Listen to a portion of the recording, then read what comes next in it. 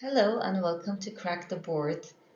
If you're new to this channel is dedicated to helping you excel in the USMLE by offering over 2,000 questions complete with answers, detailed explanations, and the rationale to deepen your understanding. We upload 2 new videos every week, so be sure to subscribe, like, share to support the channel, stay updated on the latest content, and help others discover this valuable resource. In today's video, we'll focus on USMLE questions related to physiology. Let's have a look at the first question. A 54-year-old woman is admitted to the emergency department due to incoherence. She has a medical history of COPD attributed to smoking 20 cigarettes daily for over 35 years. She presents with cyanosis, struggles to articulate her words, and appears to be in respiratory distress. Based on the arterial blood gas analysis below, which of the following acid-base disturbances does this patient most likely have? A. Completely compensated metabolic acidosis. B. Completely compensated respiratory acidosis. C. Partially compensated metabolic acidosis. D. Partially compensated respiratory acidosis. E. Uncompensated metabolic acidosis. F. Uncompensated respiratory acidosis.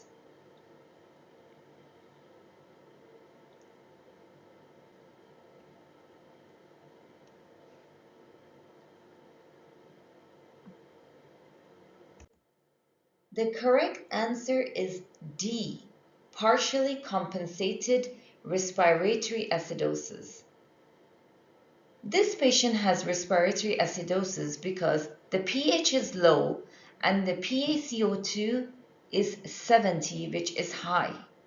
Her acidemia is blunted by some metabolic compensation in the form of an elevated bicarbonate.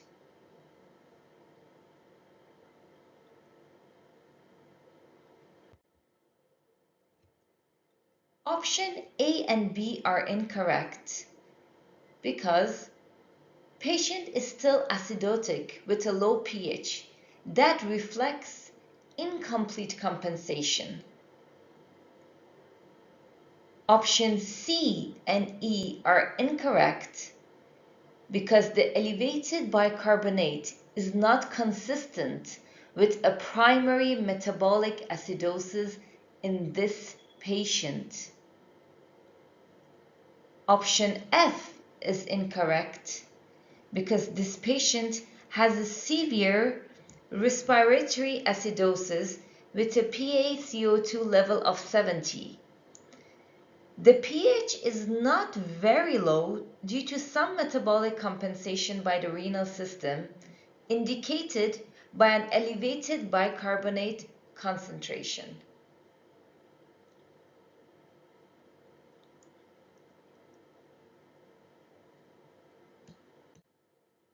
Let's have a look at the second question.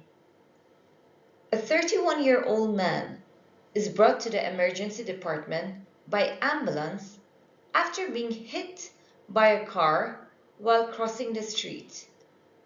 On examination, he has a weak pulse, cold and clammy skin, a blood pressure of 60/40, and a heart rate of 140. Notable injuries include an open right femoral fracture and tenderness in the left lower rib cage. After receiving 3 liters of 0.9% isotonic saline, a blood sample is taken 2 hours later. Which of the following test results are most likely? A. Low hemoglobin and low hematocrit. B. Low mean corpuscular volume. C. Low serum glucose concentration. D. Low serum sodium concentration. E. Low white blood cell count.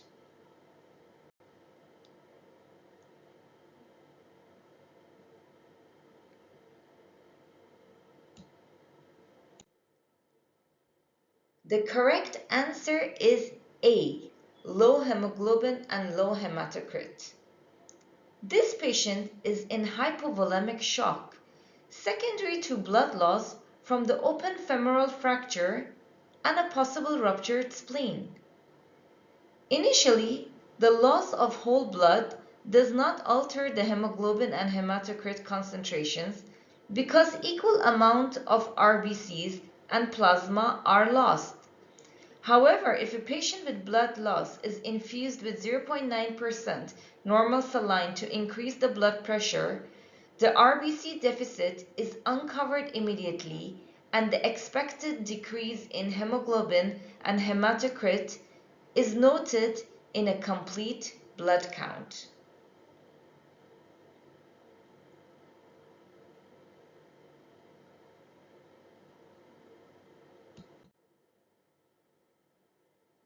Let's have a look at why the other options are incorrect. B. The size of RBCs, the MCV, is not altered by the immediate loss of RBCs or by infusion of normal saline.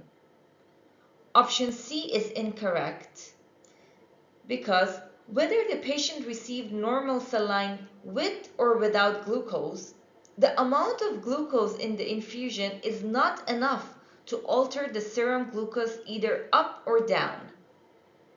D is incorrect because the concentration of serum sodium remains the same because 0.9% normal saline is isotonic with plasma.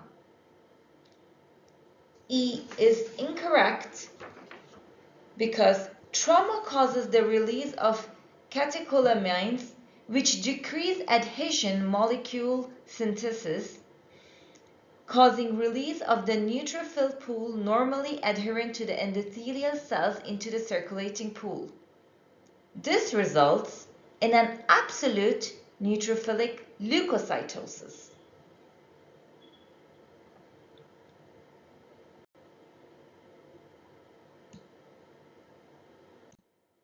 Let's have a look at the third question. A 60-year-old man presents to the emergency department after developing chest pain while shoveling snow, which subsided shortly after he stopped. He has a known history of coronary artery disease. Which endogenous substance could both enhance cardiac oxygen supply through vasodilation and decrease myocardial oxygen demand by reducing contractility? A. Adenosine. B. Atrial natriuretic peptide. C. Carbon dioxide. D. Endothelin. E. Histamine.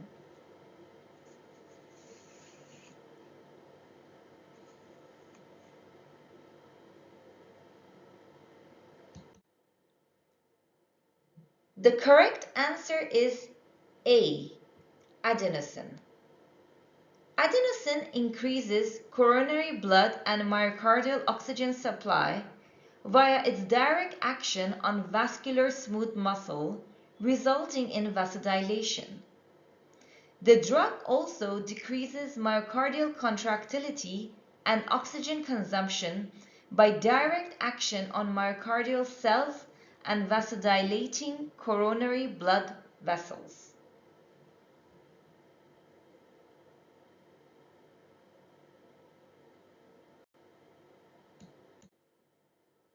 Let's have a look at why the other options are incorrect. Option B is incorrect because atrial natriuretic peptide is released by the heart but is more likely in response to volume overload than myocardial ischemia. For example, patients with congestive heart failure may have higher levels of atrial natriuretic peptide released as a compensatory response to increased volume in the heart. C is incorrect because carbon dioxide is produced as a result of aerobic metabolism.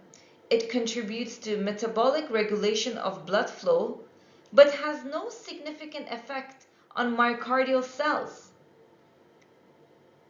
Option D is incorrect, as endothelin is an agent that vasoconstricts. It does not lead to vasodilation.